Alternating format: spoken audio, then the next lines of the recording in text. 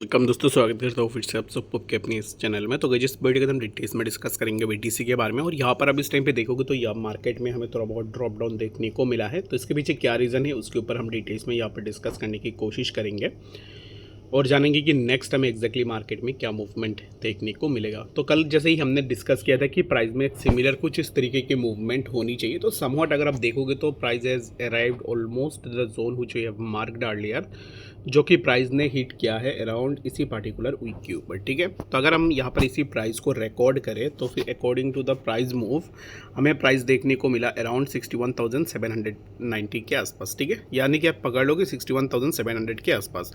And our target was 61,900 के आसपास हमें देखने को मिले, but price wasn't able to hit this particular zone. उससे पहले ही हमें प्राइस में ड्रॉप डाउन देखने को मिला है।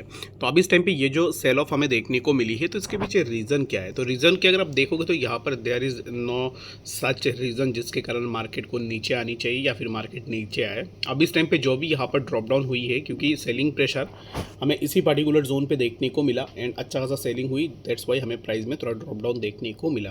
तो यहाँ पर सेलिंग तो हुई है, ये सब बात सब लोगों को पता ही है कि एग्जैक्टली सेलिंग हुई है जिसके कारण मार्केट नीचे आई है। बट यहाँ पर जो मेजर फैक्टर्स उनको अगर आप देखोगे तो ऑलरेडी अगर हम देखेंगे ना, तो प्राइस ने इसी पर्टिकुलर लो को, ये जो पर्टिकुलर जोन है जहाँ पर मैंने मार्क करके रखा हुआ है, तो यहाँ पर अगर आप देखो तो मल्टीपल टाइम्स हमें प्राइस देखने को मिला है।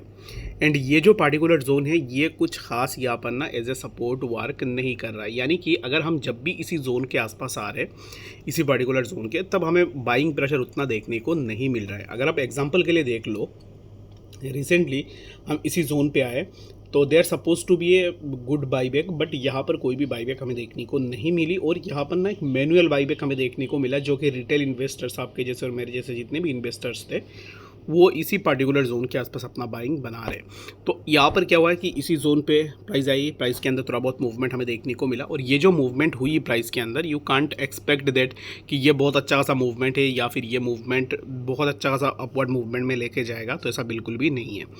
तो अभी बात आती है कि ये जो पर्टिकुलर जोन है, इसी जोन पे अगर हम सस्टेन नहीं कर पाते, ये जो जोन है इसी जोन पे अगर हम सस्टेन नहीं कर पाते, अगर हम 60,600 को ब्रेक कर लेते, देन वी कैन एक्सपेक्ट कि हमें प्राइस में फर्दर ड्रॉप डाउन देखने को मिले 59,600 एंड फर्दर ऑन हमें प्राइस के अंदर और भी ड्रॉप डाउन देखने को मिल सकता है।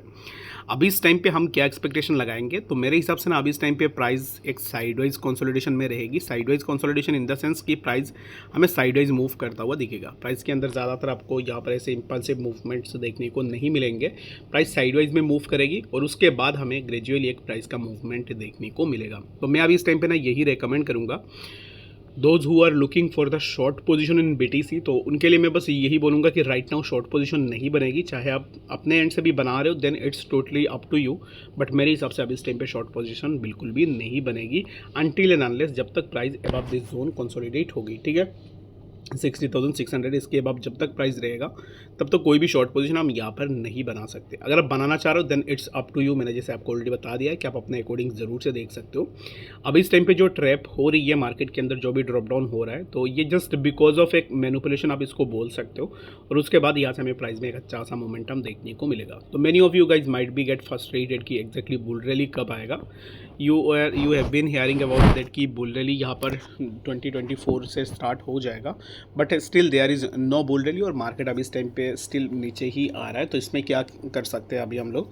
तो इसके लिए ना मैं आपको यही रेकमेंड करूँगा कि प्राइस जैसे कि स्ट्रेट लाइन पे तो प्राइस मूव कर नहीं सकती है, तो इसके लिए प्राइस के लिए थोड़ा यहाँ पर ड्रॉप डाउन होना भी ज़रूरी है। तो अभी इस टाइम पे जितना भी नीचे आपको प्राइस देखने को मिलती है उतना ज़्यादा अगर आप बाईबैक कर सकते हो, अगर आप एक्यूमुलेट कर सकते हो चीज़ों को, जितने भी अच्छे अच्छे प्रोजेक्ट्स उनको एक्यूमुलेट कर सकते हो, then it will be better for you.